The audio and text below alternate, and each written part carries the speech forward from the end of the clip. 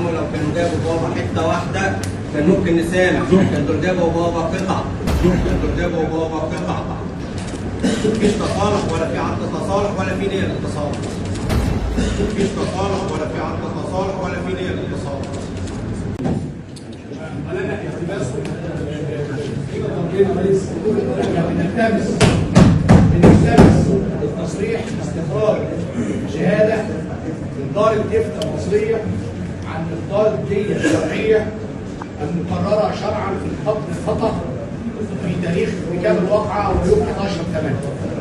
أما عن الطلب الثاني التصريح باستخراج شهادة من مصلحة الدولة والمصروفات والموازين عن سعر كيلو فضة عيار 99.9. خدت رئيس النهارده بداية ان احنا في قضية قصد خطأ ولكم في رسول الله أسوة حسنة، فالدية هي أمر مقرر شرعا واحنا بنلتمس بالهيئة الموقرة. احنا في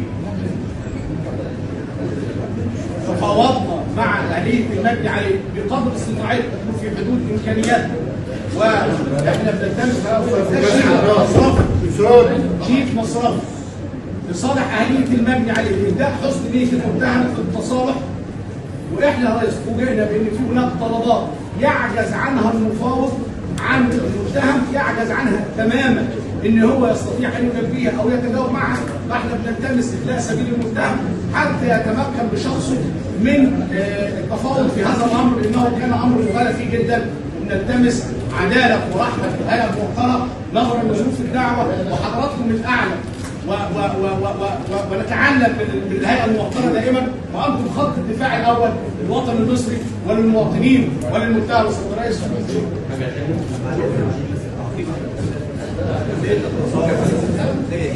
ومفيش تصالح ولا لو سمحتم صوت يا حضرات.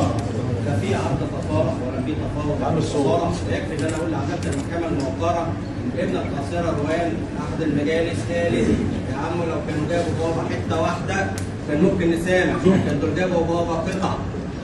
مفيش تصالح ولا في عقد تصالح ولا في نيه للتصالح.